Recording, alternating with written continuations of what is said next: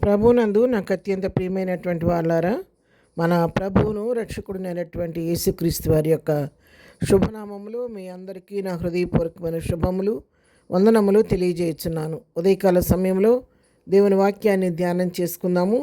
ఈరోజు వాక్య ధ్యానం కొరకు మనం తీసుకున్నటువంటి లేఖన భాగము యెషయా గ్రంథము 45వ అధ్యాయము 2వ వచనం చదువుకుందాము. నేను నీకు ముందుగా పోవచ్చు మెట్టగా ఉన్న స్థలములను సరళము చేసేదను, ఇత్తడి తలుపులను పగలగొట్టేదను, ఇనుప గడియలను విడగొట్టేదను. ఆమె దేవుని నామునకు మహిమ కలుగును గాక. మరి దేవుని బిడ్డలైనటువంటి వారికి ప్రభు ఇస్తున్నటువంటి అభయం, ప్రభు చెప్తున్నటువంటి వాగ్దానం. మరి ఇక్కడ వాక్య భాగాన్ని మనం గమనించినట్లయితే దేవుడు వాగ్దానం చేస్తున్నాడు. కోరేషు రాతో తను అభిషేకించినటువంటి కోరేషుని గురించి చెప్తున్నటువంటి మాటలు ఇవి. మరి కోరేషునే కాదండి, ఉదయకాలం దేవుని వాక్యం అయితే ఎవరైతే దేవుని వాక్యం మీద నమ్మకం ఉంచి ప్రభు అని విశ్వసించి ఆయనపై దృష్టిని నడుస్తూ ఉంటారో వారందరికీ ఈ యొక్క వాక్యం వర్తిస్తూ ఉంటుంది. మరి ఇక్కడ దేవుడు వాగ్దానం చేస్తున్నాడు, నేను నీకు ముందుగా పోవచ్చు మెట్టగా ఉన్న స్థలములను సరళం చేసేదను. వీళ్ళారా, మన ఈ లోకంలో సంచరిస్తుండగా మన జీవితంలో ఎన్నో ఎత్తుపలాలు మనకు ఎదురవుతూ ఉంటాయి, ఒడిదుడుకులు మనకు ఎదురవుతూ ఉంటాయి, కొండలు ఎదురవుతూ ఉంటాయి, లోయలు ఎదురవుతూ ఉంటాయి. జీవితం అంతా కూడా సాఫీగా సాగదు. ఏదో ఒక ఆటంకం, ఇబ్బంది, ఇరుకు అనేది ప్రతి వ్యక్తికి ప్రతి ఒక్కరి జీవితంలో ఏదో ఒక సమయంలో వస్తూనే ఉంటాయి.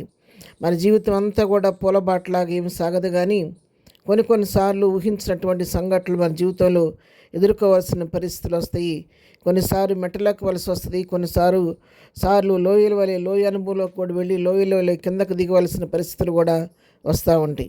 ఇలాంటి పరిస్థితులు వచ్చినప్పుడు దేవుడు వాగ్దానం చేస్తున్నాడు, నేను నీకు ముందుగా వెళతాను, వెళ్ళి మెట్టగా ఉన్నటువంటి ప్రతి స్థలాన్ని నేను సరళం చేస్తాను, నీ జీవితంలో వస్తున్నటువంటి ఆటంకాలు అడ్డుమంటలు నేను తొలగించి సరళమైన మార్గంలో నేను నడిపిస్తానని చెప్పి దేవుడు మనకు వాగ్దానం చేస్తూ ఉన్నాడు.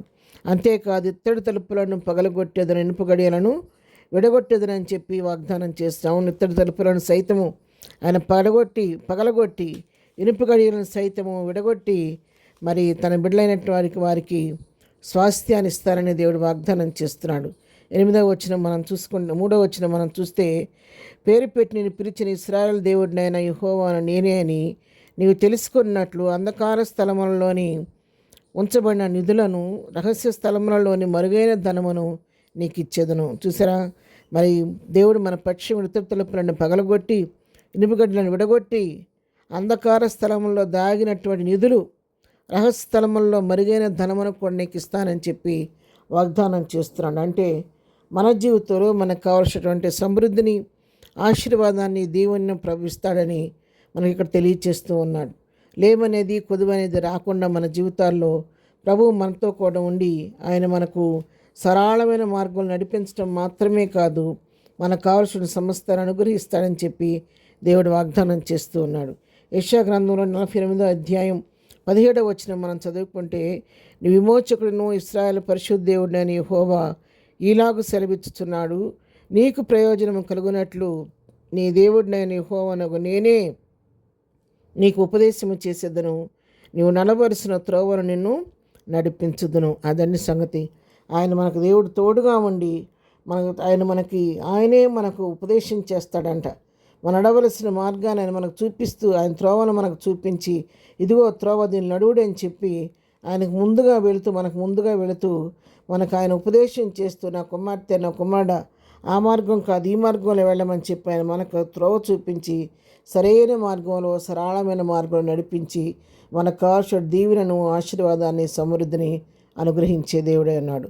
అటువంటి దేవుడిని మనం దేవుడిగా కలిగి ఉన్నందుకు నిజంగా మనం ఎంతగానో ధన్యులమై ఉన్నాము. అటువంటి దేవుని వైపు చూస్తూ విశ్వాసముతో ప్రభు చేసే కార్యాల కొరకు కనిపెడుతూ ముందుకు సాగిపోదాం. ప్రార్థన. ప్రేమగలిగిన తండ్రి, పరిశుద్ధుడా, నీ పాదములకు వందనాలు.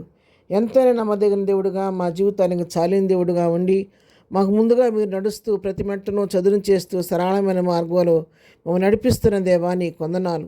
మరుగైన ధనాన్ని, రహస్యమైన దాచిన ధనాన్ని, అంధకార స్థలంలో ఉన్నటువంటి ధనాన్ని మాకు ఇస్తూ మనం సంరక్షిస్తూ పోషిస్తున్న దేవా, సమృద్ధినిస్తున్న దేవా, నీ వందనాలు చెల్లించుకుంటున్నాం.